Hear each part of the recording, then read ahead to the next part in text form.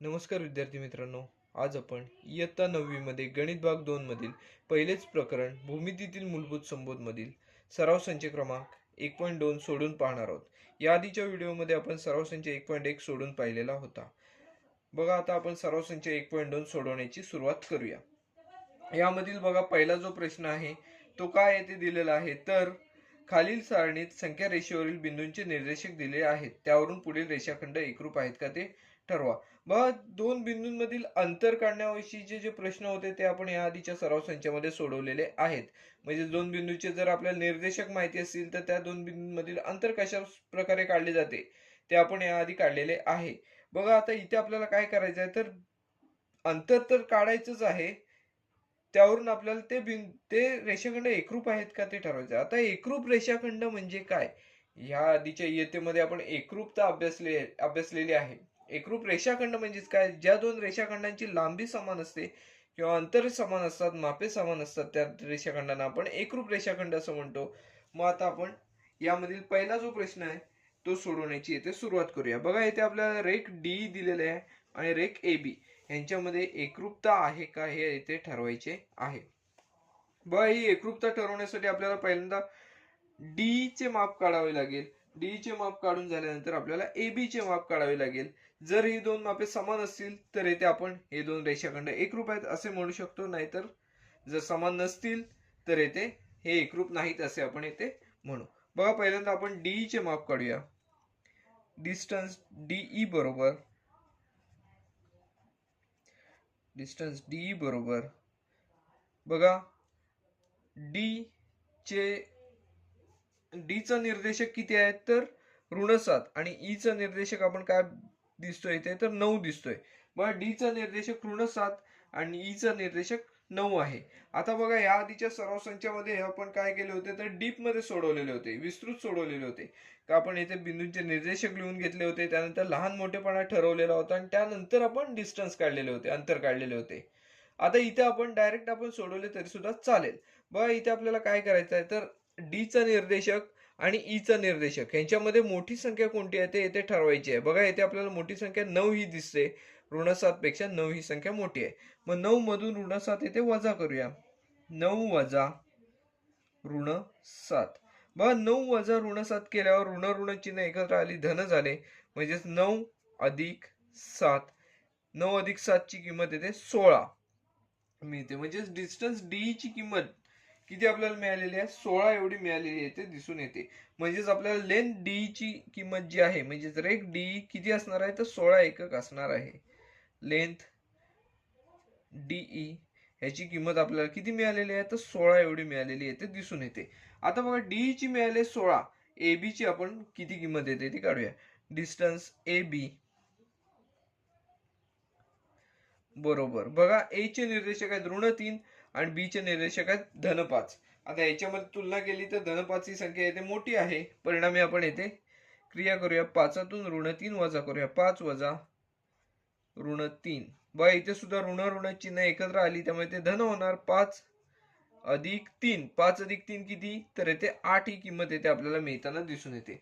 म्हणजेच A B, distance A B ची किंमत आपल्याला 8 मिळालेली आहे. म्हणजेच लेंथ ए बी म्हणजेच बाजू ए बी ची किंमत येथे आपल्याला किती मिळालेली आहे, तर 8 मिळालेली आहे. आता बघा, ह्यांची दोघांची जर आपण तुलना केली तर इथे 16 दिसतंय, इथे 8 दिसतंय. जर समान असते या दोघांची मापे तर आपण इथे काय म्हटलं असतं, हे दोन रेषाखंड एकरूप आहेत. परंतु यांची मापे जी आहेत ती भिन्न आहेत, म्हणून आपण इथे काय म्हणणार, तर हे रेषाखंड एकरूप नाहीत. म्हणून हे रेषाखंड एकरूप नाहीत. हे रेषाखंड एकरूप नाहीत. बघा, हे जे पहिला प्रश्न होता तो पहिला प्रश्न आपला येथे सोडून झालेला आहे. बघा, यामध्ये आपण काय काय केले ते परत एकदा अभ्यासूया. आपल्याला येथे काही बिंदूंचे निर्देशक दिलेले आहेत, त्या बिंदूंच्या निर्देशकांवरून दिलेले रेषाखंड एकरूप आहेत का हे येथे ठरवायचे आहे. बघा, आपल्याला पहिल्यांदा डी आणि ए बी यांची तुलना करायची होती, म्हणजे ते एकरूप आहेत की यांची मापे भिन्न आहेत हे काढायचे होते. आपण लेंथ डी ची किंमत काढली, ती मिळाली 16. लेंथ ए बी ची किंमत काढली, ती आपल्याला मिळालेली 8. बघा, हे दोन जी मापे आपल्याला मिळाली आहेत ती भिन्न भिन्न मिळालेली आहेत. भिन्न असल्यामुळे आपण येथे असे म्हणू शकतो की हे जे रेषाखंड आहेत ते एकरूप नाहीत असं आपण येथे यावरून ठरवलेलं आहे. बघा आता पहिलं झालेलं आहे. यामधील आपण दुसऱ्या उदाहरणाकडे वळूया. दुसरे उदाहरण बघा, दुसऱ्या उदाहरणामध्ये आपल्याला रेख बीसी आणि रेख एडी दिलेले आहे. रेख बीसी व रेख एडी. बघा, रेख बीसी आणि रेख एडी आपण यामध्ये काय करूया, तर सुरुवातीला लेंथ बीसी जी आहे म्हणजेच आपण डिस्टन्स बीसी काय असेल ते इथे काढूया. डिस्टन्स बी सी म्हणजेच बी आणि सी या दोन बिंदूंमधील अंतर. बघा, बी या बिंदूचे निर्देशक आहेत 5 आणि सी या बिंदूचे निर्देशक आहेत 2. तुलना केली तर 5 ही संख्या मोठी दिसते, म्हटल्यावर आपण येथे 5तून 2 येथे वजा करणार आहोत. 5 वजा 2, 5तून 2 गेले, येथे 3 ही किंमत येथे मिळताना आपल्याला दिसून येईल. म्हणजेच लेंथ बीसी ची किंमत आपल्याला किती मिळाली, बाजू बीसी बरोबर 2, 3 एवढी मिळताना आपल्याला दिसून येईल. बघा, 5 वजा 2 बरोबर 3 म्हणजेच लेंथ बीसी बरोबर 3 मिळालेली आहे. आता आपल्याला काय करायचं आहे, तर एडी ची किंमत काढायची आहे. मग आपण डिस्टन्स एडी ची किंमत काढूया. डिस्टन्स ए डी म्हणजेच ए आणि डी या दोन बिंदूंमधील अंतर. ए या बिंदूचे निर्देशक आहेत ऋण 3 आणि डी या बिंदूचे निर्देशक आहेत ऋण 7. तुलना केली तर ऋण 3 हे मोठे आहेत ऋण 7 पेक्षा. मग ऋण 3 मधून आपण ऋण 7 येथे वजा करूया. बघा, ऋण 3 वजा ऋण 7. बघा, इथे सुद्धा ऋण चिन्ह एकत्र आल्यामुळे काय होणार, तर ऋण 3 अधिक 7 अशा स्वरूपात होईल. म्हणजे चिन्ह इथे आता भिन्न आहेत. 7तून 3 गेले, इथे आपल्याला किंमत मिळेल 4. डिस्टन्स एडी ची किंमत आपल्याला किती मिळालेली आहे, 4. म्हणजेच लेंथ एडी याची किंमत आपल्याला 4 मिळालेली येते दिसून येते. बघा, आता आपण यांची पण तुलना केली तर बघा, बीसी ची किंमत आहे 3 आणि एडी ची किंमत आहे 4. येथे सुद्धा आपल्याला हे दोघांची पण मापे जी आहे ती भिन्न भिन्न दिसत आहेत. परिणामी आपण येथे काय म्हणणार आहोत, तर हे रेषाखंड जे आहेत हे रेषाखंड एकरूप नाहीत. आपण पहिल्या उदाहरणामध्ये सुद्धा हे रेषाखंड एकरूप नाहीत असेच ठरवलेले आहे. दुसऱ्या उदाहरणामध्ये सुद्धा बघा, हे रेषाखंड एकरूप नाहीत कारण यांची मापे भिन्न आहेत. म्हणून हे रेषाखंड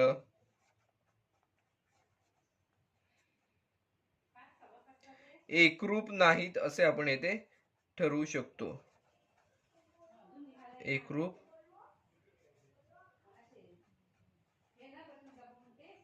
बघा, एकरूप नाहीत असे आपण येथे ठरवलेले आहे. बघा, हे सुद्धा उदाहरण जे होते ते आपले पूर्णपणे सोडून झालेले आहे. यामध्ये सुद्धा आपल्याला बीसी आणि एडी यांची तुलना करून एकरूप आहेत का हे ठरवायचे होते. आपण बीसी चे माप काढलेले आहे, एडी चे माप किती आहे ते काढलेले आहे. त्यावरून आपण हे ठरवले की हे दोन रेषाखंड एकरूप नाहीत. आता त्यानंतर बघा, तिसऱ्या उदाहरणाकडे येथे आपण वळणार आहोत. बघा, तिसरं जे उदाहरण आहे त्यामध्ये आपल्याला रेख बी आणि व रेख, बघा रेख अजून दुसरी आपल्याला येथे रेख दिलेली आहे एडी. आता एडी आणि बी या दोन रेषाखंडांमधील आपल्याला येथे अंतर काढायचे आहे. बघा, एडी आणि बी यांची तुलना करून हे एकरूप आहेत का हे बघायचे. सुरुवातीला आपण डिस्टन्स बी ची किंमत येथे काढणार आहोत. डिस्टन्स बीई बरोबर, बघा डिस्टन्स बीई काढत असताना आपल्याला येथे बी चे निर्देशक काय आहेत ते बघावे लागतील. बी चे निर्देशक येथे 5 आहेत आणि ई चे निर्देशक येथे 9 आहेत. बघा, 5 आणि 9 यांची तुलना केली तर 9 ही संख्या मोठी आहे, म्हटल्यावर 9 मधून 5 येथे आपण वजा करूया. 9 वजा 5 ही वजाबाकी केली तर येथे आपल्याला 4 ही किंमत मिळताना दिसून येते. म्हणजे डिस्टन्स बी ची किंमत आपल्याला किती मिळालेली आहे, तर 4 मिळालेली आहे. याचाच अर्थ काय, तर लेंथ बी बरोबर 4 ही मिळालेली येते आपल्याला दिसून येते. बघा, बी चं माप आपल्याला इथे 4 मिळालेलं आहे. आता दुसरी जी बाजू दिलेली आहे ती एडी दिलेली आहे. मग आपण डिस्टन्स एडी ची किंमत येथे काढूया. बघा, डिस्टन्स एडी म्हणजे ए आणि डी या दोन बिंदूंमधील अंतर.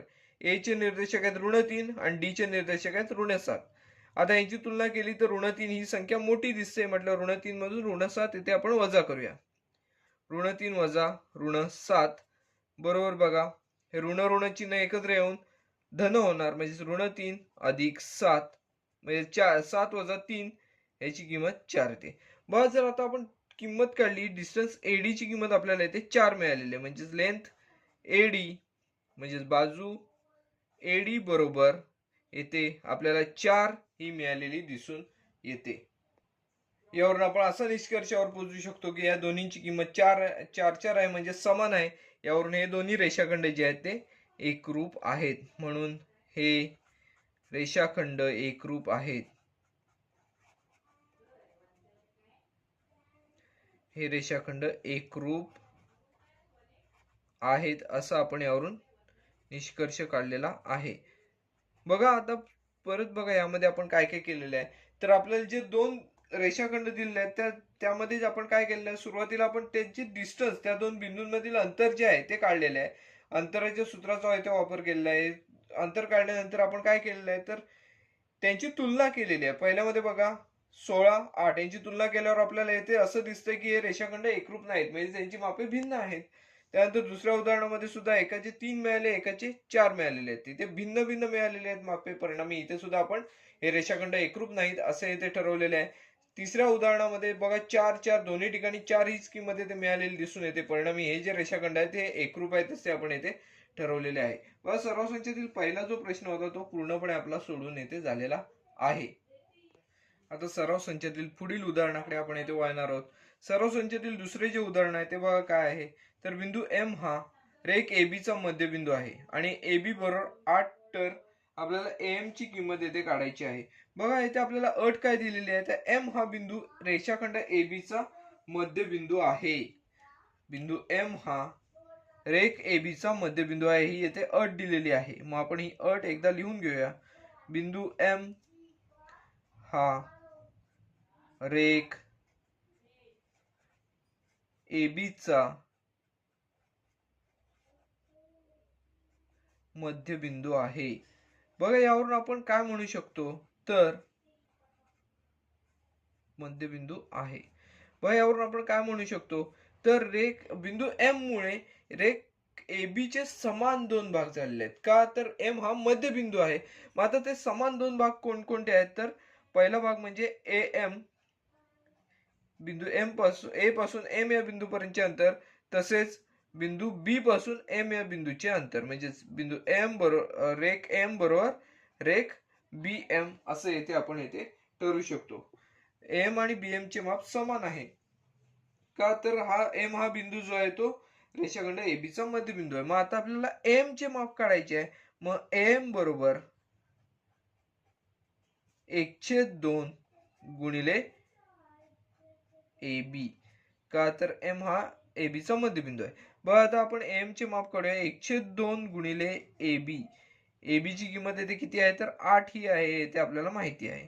बघा 1/2 गुणिले 8 हे जर केलं तर बघा 42 8, म्हणजे 4 ही किंमत येते मला आपल्याला मिळताना दिसून येते.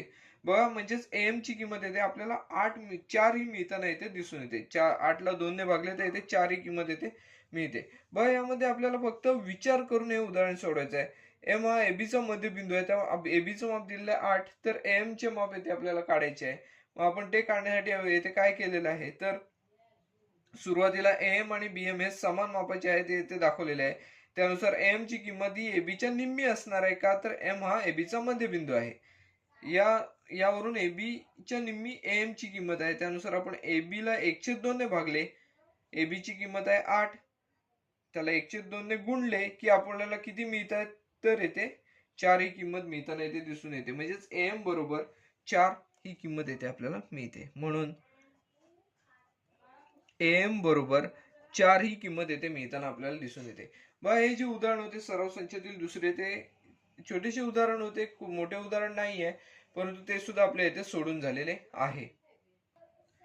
बघा सराव संचातील तिसरे जे उदाहरण आहे ते आहे बिंदू P हा रेख CD चा मध्यबिंदू आहे आणि CP बरोबर 2.5, तर CD ची लांबी काढा. आता इथे आपल्याला अट बघा काय दिलेली आहे, बिंदू P हा CD चा मध्यबिंदू आहे. बघा हे जे उदाहरण आधीचे आपण सोडवले त्याच प्रकारचे उदाहरण आहे, पण याच्यात थोडासा बदल केलेला आहे. ह्याच्यात पूर्ण रेषाखंडाची लांबी आपल्याला विचारलेली आहे, ह्याच्यात आपल्याला निम्म्या भागाची लांबी विचारलेली होती. तर आता आपण काय करूया, दिलेली जी अट आहे ती पुन्हा एकदा लिहून घेऊया. काय आहे, तर बिंदू P हा रेख CD चा मध्यबिंदू आहे. बिंदू P हा रेख CD चा मध्यबिंदू आहे.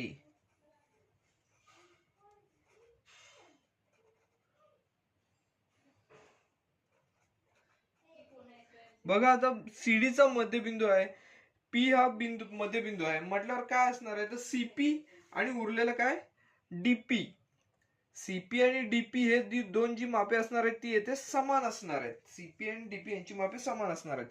त्यापैकी बघा निम्मे माप दिलेले आहे, ह्याच्या दुप्पट सीडीचे माप असणार आहे. कारण सीपी ही काय असणार आहे, तर सीडीची निम्मी बाजू असणार आहे. सीडीचे निम्मे बाजू जी आहे सीडीची, सीडी या बाजूच्या निम्मा भाग काय आहे, तर सीपी हा आहे.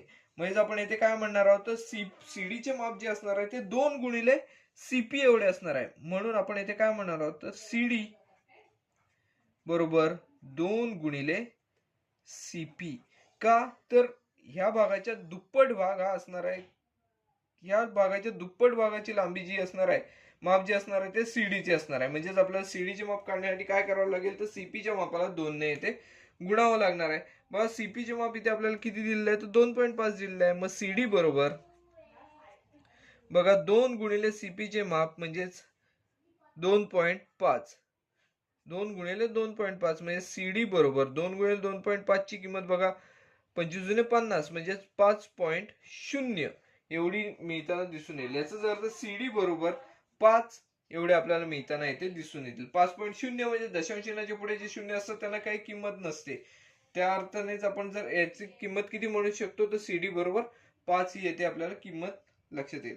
बघा हे जे उदाहरण आहे, या उदाहरणामध्ये आपल्याला गुणधर्म लक्षात असणं येते गरजेचं आहे.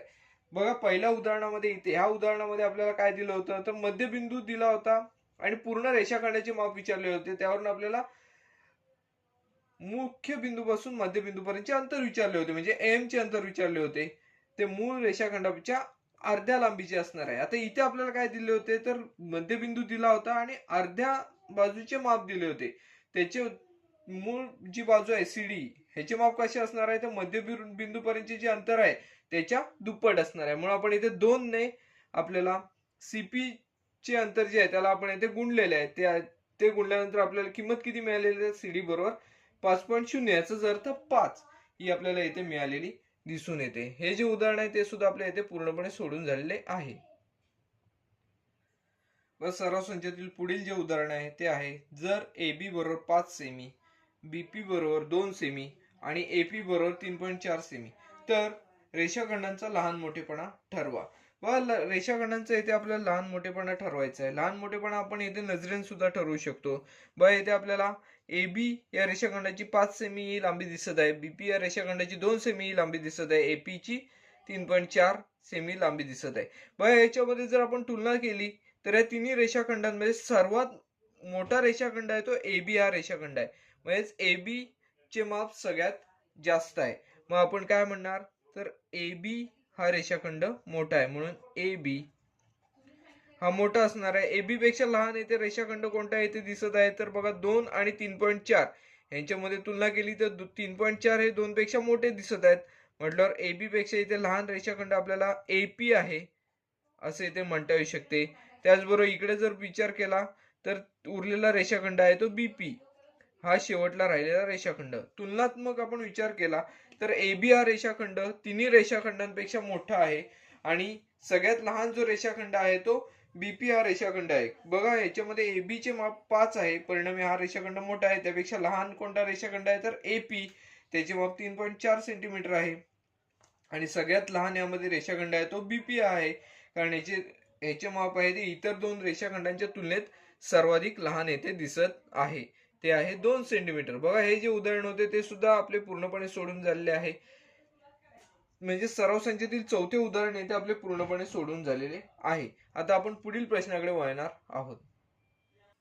सराव संचातील पुढील जो प्रश्न आहे, प्रश्न क्रमांक 5, तो काय आहे बघा, आकृतीच्या आधारे पुढील प्रश्नांची उत्तरे लिहा. येथे आकृती आपल्याला दिलेली आहे, ही एक रेषा आहे. या रेषेवरील बिंदू बघा कोणकोणते आहेत, तर TSRPQ अशा स्वरूपात आपल्याला इथे बिंदू दिलेले आहेत आणि या बिंदूंवर आधारित, या रेषेवर आधारित आपल्याला इथे काही प्रश्न विचारलेले आहेत. त्यातील पहिला प्रश्न आहे तो बघा काय आहे, तर किरण RPच्या विरुद्ध किरणाचे नाव लिहा. बघा RP हा किरण कुठे आहे, तर R हा बिंदू इथे आहे आणि त्याचा दुसरा बिंदू पी, म्हणजेच हा जो किरण इथून सुरुवात होतोय तो ह्या बाजूला वाढत चाललेला आहे. किरण आरपी हा या बाजूला आहे, इकडे त्याचा बाण जो आहे तो एका बाजूला दिसत आहे आपल्याला. तर आता आपल्याला त्याच्या विरुद्ध किरणांची नावे लिहायची आहेत. बघा त्याचं विरुद्ध किरण म्हणजेच आता ह्या दिशेला हा किरण जर जात असेल तर त्याची विरुद्ध दिशा ही आहे. या विरुद्ध दिशेला जाणारे किरण कोणते आहेत तर ते आपल्याला इथे ठरवायचे आहेत. बघा इथे आपल्याला आर एस हा एक किरण दिसत आहे, त्याचबरोबर आर टी, हे दोन्ही किरण एकाच रेषेवरती आहेत, परंतु आपल्याला हे दोन किरण दिसत आहेत. दोन किरणांची येथे नावं आपल्याला दिसत आहेत. पहिला किरण म्हणजे किरण आर एस आणि दुसरा किरण म्हणजे किरण आर टी. मग या किरण आरपीच्या विरुद्ध किरणाचे नाव काय आहे तर किरण आर एस. पहिला म्हणजे किरण आर एस आणि किरण आर टी. बघा किरण आर एस आणि किरण आर टी हे जे दोन किरण आहेत ते किरण आरपीच्या विरुद्ध किरण आहेत. बघा किरण आरपी हा या दिशेने जाणारा किरण आहे आणि त्याच्या विरुद्ध दिशा म्हणजे इकडची दिशा, या दिशेला जाणारे किरण कोणते आहेत तर पहिला किरण आर एस, दुसरा किरण आर टी. हे एकाच रेषेवर आहेत, हे आपल्याला इथे लक्षात ठेवले पाहिजे. पहिला जो प्रश्न होता तो इथे आपला पूर्ण झालेला आहे. आपण दुसऱ्या प्रश्नाकडे इथे वळणार आहोत. बघा सराव संचातील या प्रश्नातील दुसरे जे उदाहरण आहे ते बघा. किरण पीक्यू व किरण आरपी यांचा छेद संच लिहायचा आहे.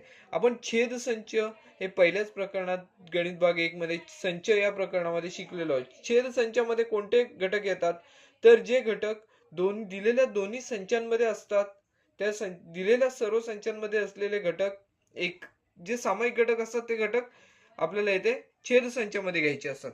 मग आता त्यानुसार बघा पीक्यू हा संच कोणता, पीक्यू हा किरण कोणता आहे, हा इकडून इकडे सुरू होणार आहे. आणि दुसरा किरण कोणता आहे आरपी. आरपी हा इथून किरण आर या बिंदूपासून सुरू होणार आहे आणि या बाजूला जाणार आहे.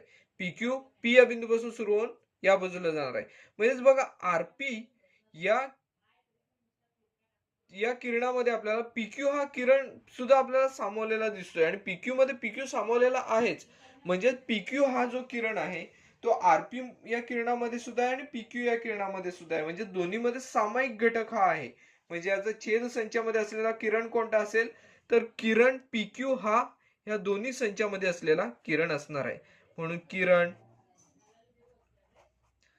पीक्यू हा जो आहे तो दोन्ही संचांमध्ये सामावलेला आहे. म्हणजे दोन्ही किरणांमध्ये सामावलेला हा किरण आहे. परिणामी आपण येथे याचं उत्तर काय लिहिणार आहोत तर किरण पीक्यू आणि किरण आरपी यांचा छेद संच किरण पीक्यू हा आहे.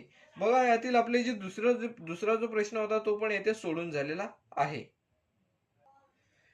बघा पुढील जो प्रश्न आहे तो काय आहे तर रेख पीक्यू आणि रेख क्यू आर यांचा संयोग संच लिहा. बघा रेख पीक्यू आपण कोणती आहे तर हे बघा रेख पीक्यू आणि रेख क्यू आर.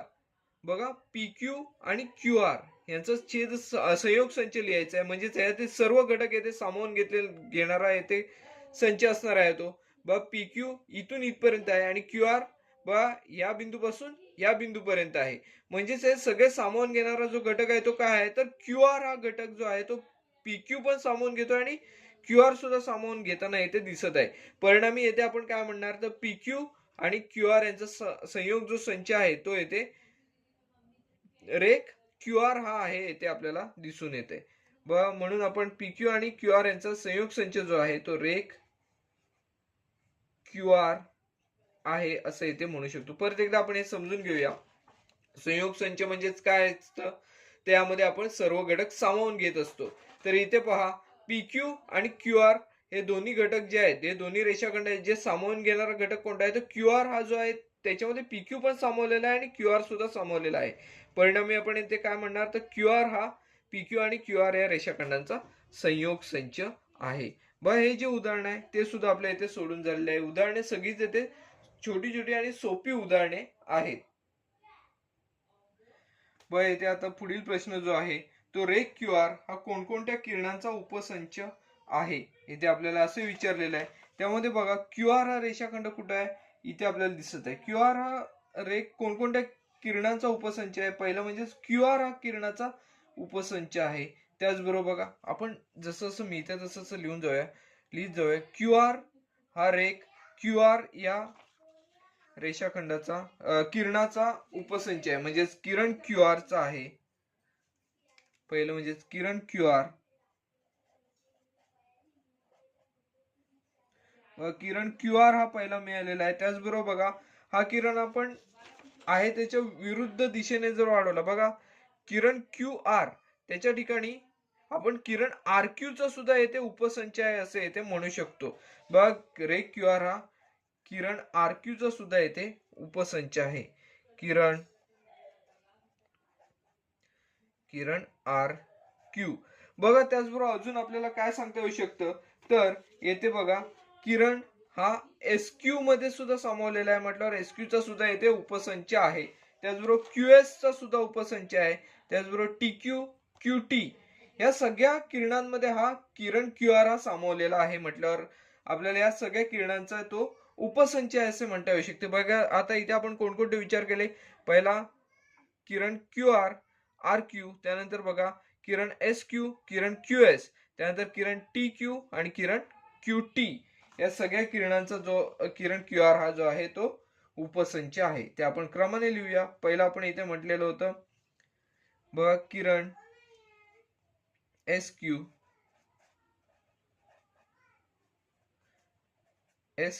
त्यानंतर किरण क्यू एस, किरण क्यू एस, त्याचबरोबर किरण क्यू टी, बघा किरण क्यू टी आणि शेवटचा कोणता तर किरण टी क्यू, किरण टी क्यू या सगळ्या किरणांचा जो आहे तो दिलेला जो किरण आहे, दिलेला जो रेषाखंड आहे तो उपसंच आहे असे आपल्याला म्हणता येऊ शकते. किरण आपला रे क्यू आर हा या आपण जे आता किरण जे 6 किरण लिहिलेले आहेत त्या 6च्या 6 किरणांमध्ये सामावलेला आहे असे इथे आपल्याला सांगता येऊ शकते. त्यामुळे या सर्व किरणांचा हा रे क्यू आर हा उपसंच आहे येथे आपण असे म्हणू शकतो. बघा चौथे देखील उदाहरण जे आहे ते आपल्या इथे पूर्णपणे सोडून झालेले आहे. पुढील जो प्रश्न आहे तो आर हा आरंभ बिंदू असलेल्या विरुद्ध किरणांची जोडी लिहा. बघा आता विरुद्ध किरणांच्या येथे आपल्याला जोड्या लिहायच्या आहेत. बघा आपण या जोड्या लिहिण्याची सुरुवात करूया. बघा आर पासून सुरू होणारे सर्व किरण परंतु एकमेकांच्या विरुद्ध दिशेला असलेले, बघा पहिलं आरपी आर एस, बघा किरण आरपी किरण आर एस हे एकमेकांचे विरुद्ध किरण आहेत. मग आपण इथे लिहिणार किरण आरपी व किरण आर एस. पहिली जोडी जी मिळालेली आहे ती किरण आरपी व किरण आर एस ही पहिली जोडी मिळालेली आहे. त्यानंतर बघा दुसरी जोडी कोणती मिळते, किरण आर टी किरण आर क्यू, किरण आर टी किरण बघा आर टी व किरण आर क्यू. बघा किरण आर टी आणि किरण आर क्यू ही दुसरी जोडी दिसते. त्याचबरोबर बघा आर एस आर क्यू, त्याचबरोबर आर टी आर पी अशा स्वरूपात आपल्याला अनेक जोड्या येथे तयार करता येऊ शकतात. बघा इथे आपण 2 जोड्या तयार केलेल्या आहेत. अजून एक जोडी तयार करूया, किरण आर एस आणि किरण आर क्यू, किरण आर एस आणि किरण आर क्यू, किरण आर एस व किरण आर क्यू.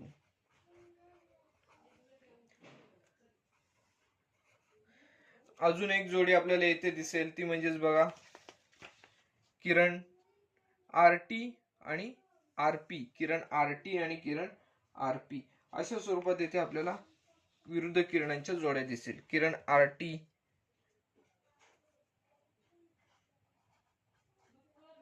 किरण आर टी व किरण, बघा इथे आपल्याला दुसरा किरण कोणता आर टी त्याच्या विरुद्ध किरण आर पी अशा स्वरूपात येथे आपल्याला 4 जोड्या येथे मिळालेल्या दिसून येत आहेत. बघा ह्या 4 जोड्या येथे आपण विरुद्ध किरणांच्या कोणकोणत्या मिळवलेल्या आहेत, तर पहिली किरण आर पी आर एस, नंतर किरण आर टी किरण आर क्यू, त्यानंतर बघा किरण आर एस किरण आर क्यू आणि शेवटचे किरण आर टी किरण आर पी अशा स्वरूपात. म्हणजेच आता हा बिंदू आरंभ बिंदू घेऊन आपण विरुद्ध किरणांची जोडी शोधलेली आहे म्हटल्यावर प्रत्येक किरणाच्या सुरुवातीचा जो बिंदू आहे तो आर हा घेऊन आपण येथे विरुद्ध दिशेला जाणारे किरण येथे दाखवलेले आहेत, ते एकमेकांचे विरुद्ध किरण आहेत असं आपण येथे म्हटलेलं आहे. हा जो प्रश्न होता तोही आता येथे आपला पूर्ण झालेला आहे. पुढील जो प्रश्न आहे तो आहे एस आरंभ बिंदू असलेले कोणतेही दोन किरण लिहा. बघा एस हा आरंभ बिंदू असलेले इथे आपल्याला अनेक किरण सांगता येऊ शकतात. पहिला म्हणजेच बघा एस टी, किरण एस टी, त्याचबरोबर किरण एस आर, किरण एस पी, किरण एस क्यू. एस हा बिंदू सुरुवातीला घेऊन येथे आपल्याला हे सगळे किरण सांगता येऊ शकतात जे एस हा आरंभ बिंदू असलेले किरण आहेत. मग आपण येथील दोन किरण लिहूया. बघा किरण एस टी आणि किरण एस क्यू असे दोन येथे आपण किरण लिहूया. किरण पहिला आपण म्हटलेला आहे एस टी, किरण एस क्यू, किरण एस टी व किरण एस क्यू, किरण एस टी व किरण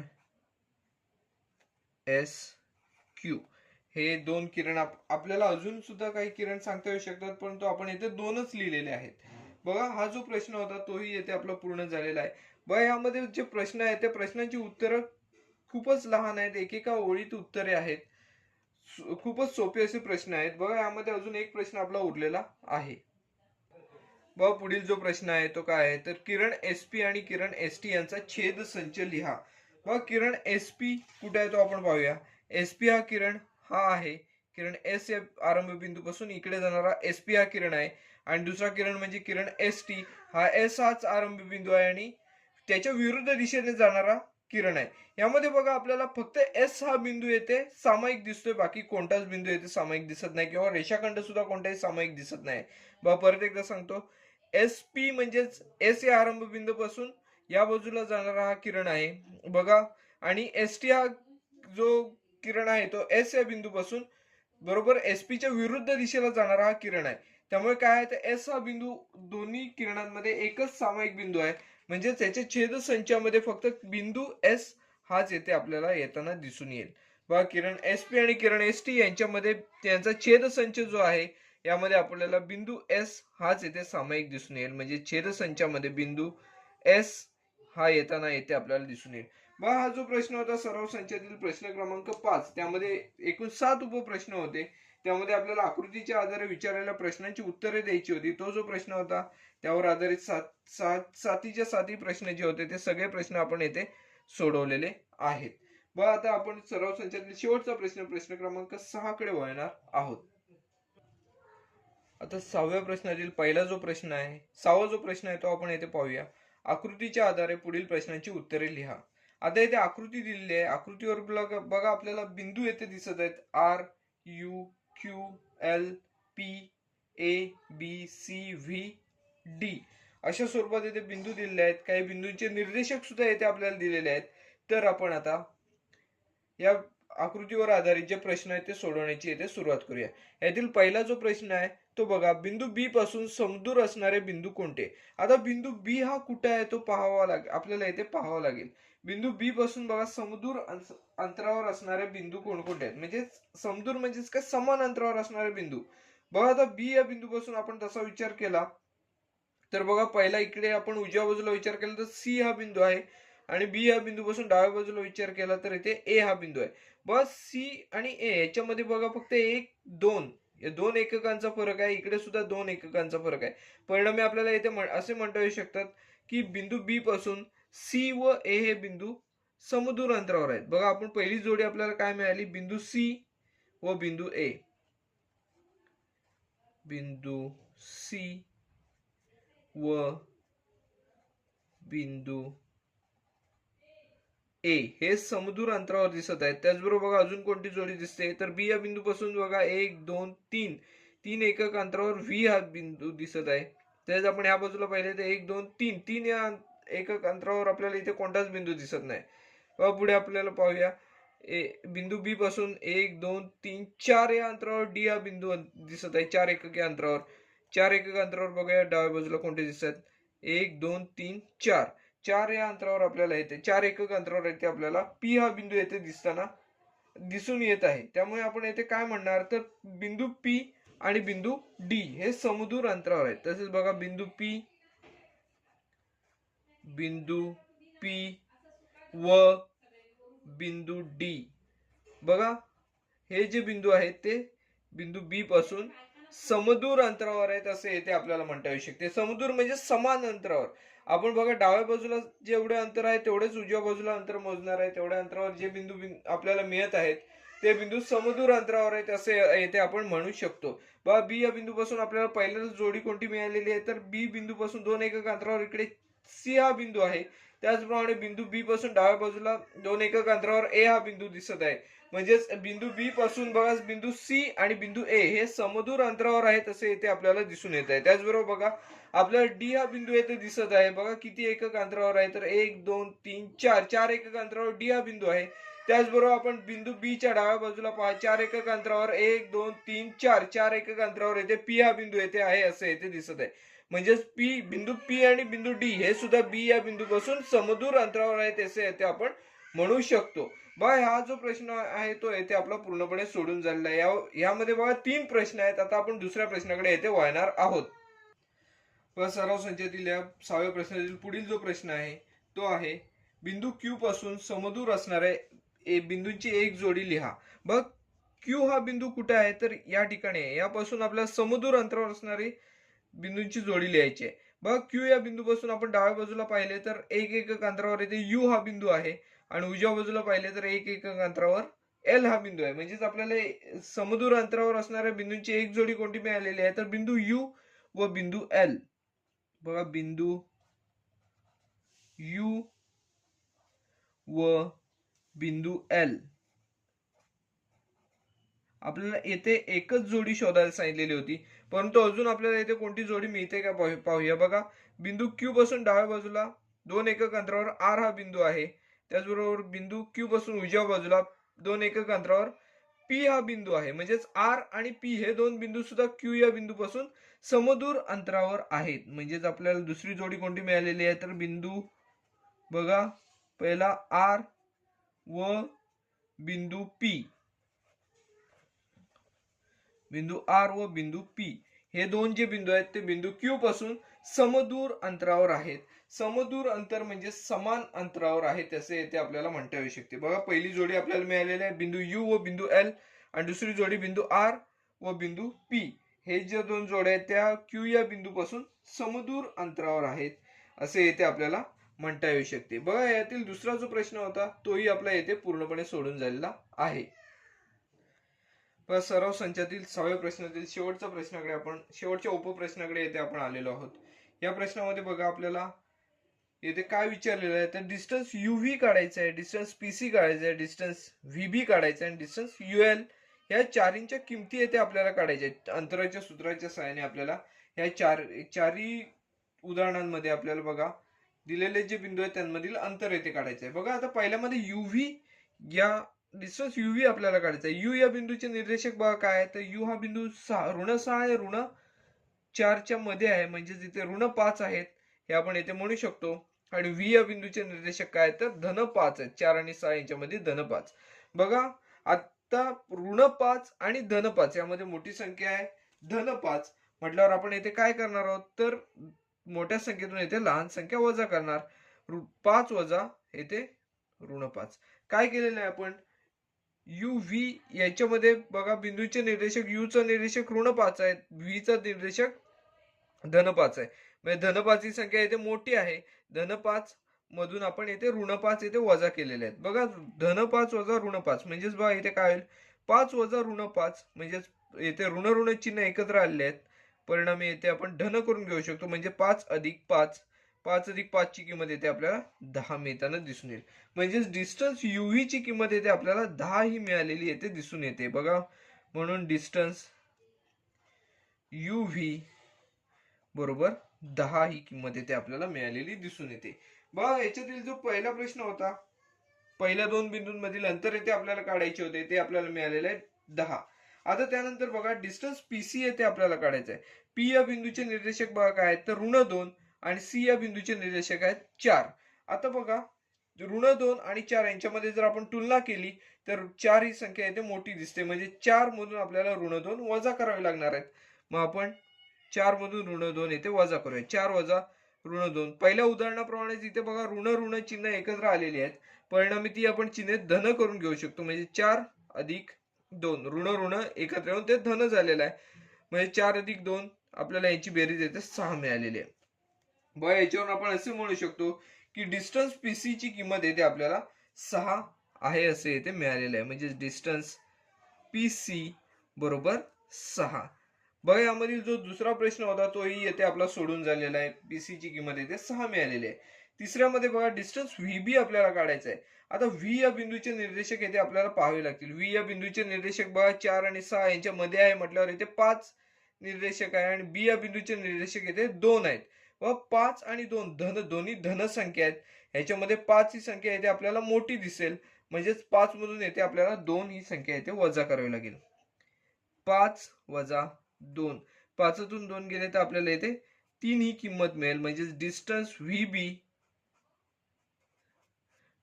व्हीबी बरोबर 3 ही किंमत येते आपल्याला मिळून येते. बघा दोन्ही धन संख्या आहेत, परिणामी आपण 5तून 2 वजा केले, 5 ही मोठी संख्या मिळालेली आहे. 5तून 2 वजा केले तर आपल्याला येथे 3 ही संख्या येते मिळताना दिसून येते.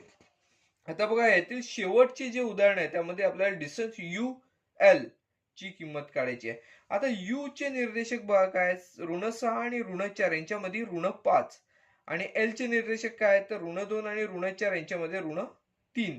बघा ऋण 5 आणि ऋण 3 ह्यांच्यामध्ये मोठी संख्या कोणती आहे तर ऋण 3 ही संख्या मोठी आहे. का तर बघा संख्या रेषेवर उजव्या बाजूची संख्या मोठी असते, त्यानुसार ऋण 3 ही संख्या येते मोठी आहे. म्हणजे ऋण 3 मधून आपण येथे ऋण 5 वजा करणार आहोत. बघा इथे खाली सोडवतोय आपण, ऋण 3 वजा ऋण 5. बघा जर आता इथे आपण क्रिया करायची म्हटली तर इथे आपल्याला दोन ऋण ऋण चिन्ह एकत्र दिसत आहेत. ऋण ऋण एकत्र आली की तेथे आपण धन करून घेतो, म्हणजेच ऋण 3 अधिक 5 अशा स्वरूपात ही आपण येथे मांडणी करू. ऋण 3 अधिक 5 म्हणजे 5 वजा 3, मोठ्या संख्येतून लहान संख्या येथे वजा केली, 5तून 3 गेले तर येथे आपल्याला 2 ही किंमत मिळताना दिसून येईल. म्हणजे डिस्टन्स यूएल ची किंमत येते आपल्याला 2 ही मिळताना दिसून येईल. म्हणून डिस्टन्स यूएल बरोबर 2 एकक एवढी किंमत आपल्याला येथे दिसून येईल. बघा हे सुद्धा उदाहरण आपले सोडून झाले. यामध्ये आपण काय केले आहे बघा, अशा स्वरूपाची जी उदाहरणे आहेत ती आपण या आधीच्या सराव संचामध्ये म्हणजे सराव संच 1.1 मध्ये सोडवलेली आहेत. दोन बिंदूंमधील अंतर काढणे, त्यानुसार आपण येथे काय केले आहे बघा, पहिल्या सराव संचामध्ये सोडवत असताना आपण सुरुवातीपासून सोडवले, म्हणजे यामध्ये कोणता अंक मोठा आहे, लहान अंकांचा लहान मोठेपणा ठरवून मग आपण ते उदाहरणे सोडवली होती. परंतु आता इथे काय केले, आपण डायरेक्ट ही उदाहरणे सोडवलेली आहेत. बघा आपण ठरवत असं उदाहरण बघतच असताना यामध्ये लहान मोठा ठरवूनच मोठ्या संख्येतून लहान संख्या येते वजा करून आपण अंतरी जी आहे ती प्रत्येक उदाहरणामध्ये येते आपण मिळवलेली आहेत. बघा हा जो सराव संच होता त्यातील सर्वच्या सर्व उदाहरणे आपली यामध्ये सोडून झालेली आहेत. यामधील उदाहरणे जी आहेत ती अतिशय सोपी आहेत, काही कठीण नाही आहेत. यामधील उदाहरणे परीक्षेसाठी 2-3 मार्कासाठी अशा प्रकारची उदाहरणे विचारली जातात. 4 मार्कासाठी सुद्धा एखादे मोठे उदाहरण विचारले जात असते. तर हा जो सराव संच आहे तो आपला येथे पूर्ण झालेला आहे. आपण हा व्हिडिओ इथेच थांबवत आहोत. व्हिडिओ आवडला असल्यास व्हिडिओ लाईक करा, व्हिडिओ जास्तीत जास्त शेअर करा, जेणेकरून बरेच विद्यार्थ्यांना या व्हिडिओचा फायदा घेता येऊ शकतो. चॅनल सबस्क्राईब करायला विसरू नका. धन्यवाद.